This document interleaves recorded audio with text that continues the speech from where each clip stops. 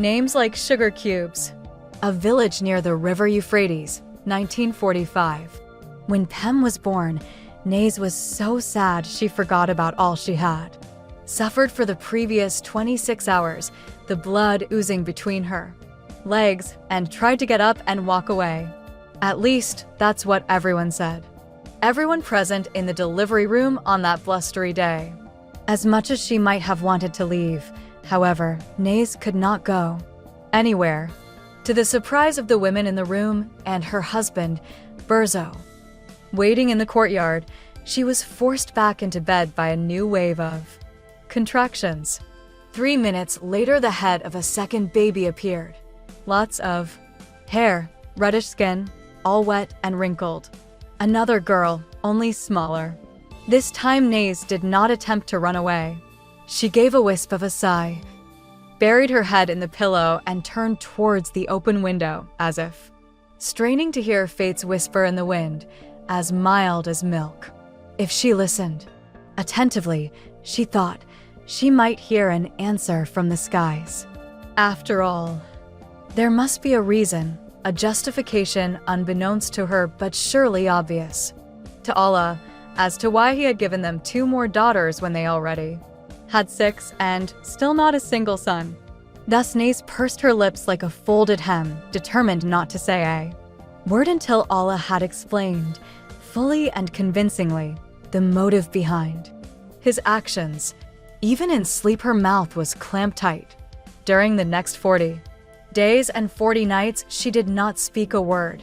Not when she was cooking chickpeas with sheep's-tail fat, nor when she was giving her 6 other daughters baths in a large round tin bucket, nor even when she was making cheese with wild garlic and herbs, nor when her husband asked her what she would like to name the babies.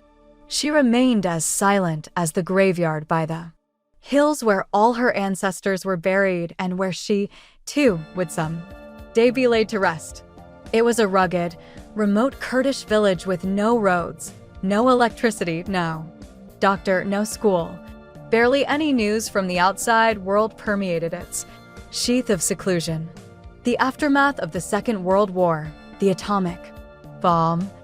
The villagers hadn't heard of any of this, and yet they were convinced that strange things happened in the universe, that is, beyond the shores of the Euphrates.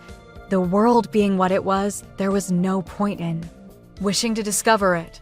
Everything there had been, and everything there ever would be, was already present here and now. Human beings were ordained to be sedentary like trees and boulders, unless you happened to be one of these 3, a wandering mystic who had lost his past, a fool who had lost his head, or a manan who had lost his beloved. Dervishes, eccentrics, and lovers aside, for the rest of the people nothing was astonishing, and everything was as it should be. Whatever took place in one corner was heard at once by everyone else. Secrets were a luxury only the rich could afford, and in this village, named Mala Karbayan, House of for winds, no one was rich.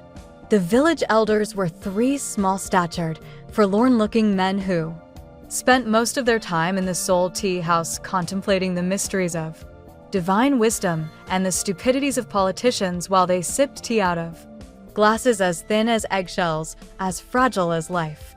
When they heard about Nays's oath of silence, they decided to pay her a visit. "We came to warn you that you're about to commit sacrilege," said the first man, who was so old the slightest breeze could have knocked him down. "How can you expect Allah the Almighty to reveal his ways to you when he is known to have spoken only to prophets?" remarked the second man, who had but a few teeth left in his mouth. Surely there was no woman among them. The third man waved his hands, as stiff and gnarled as tree roots. "Allah wants to hear you talk.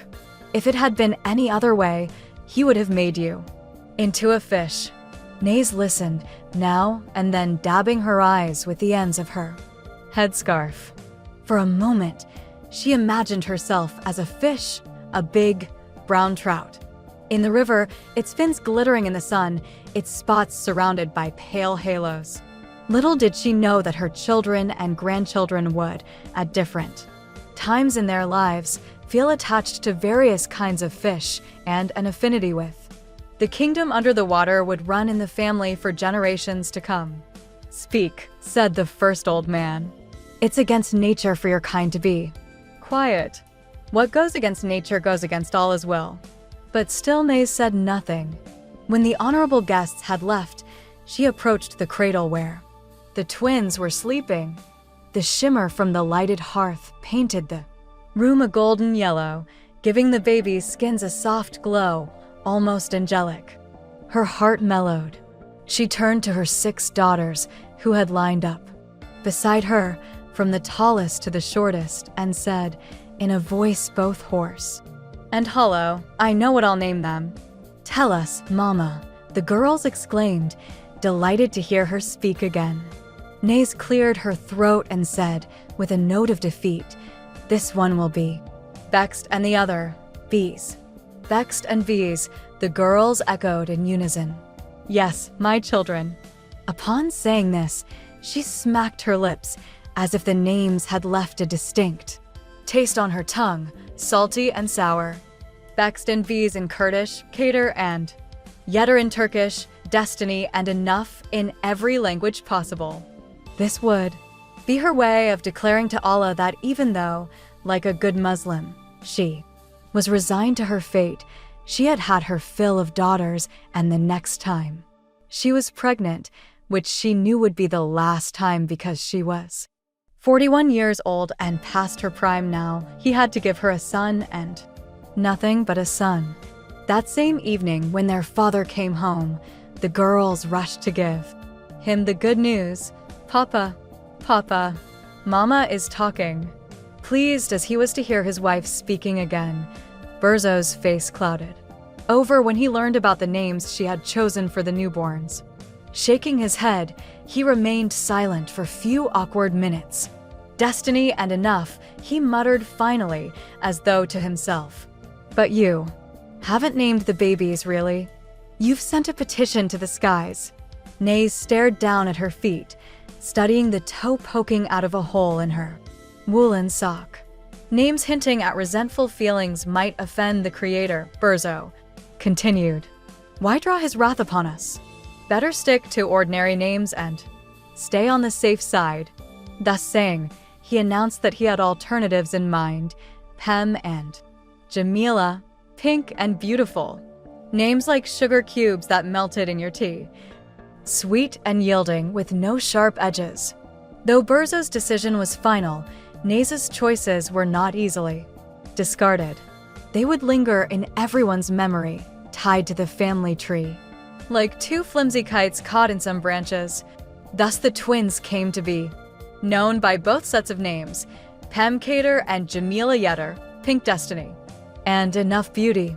Who could tell that one of these names would someday be printed in newspapers all around the world?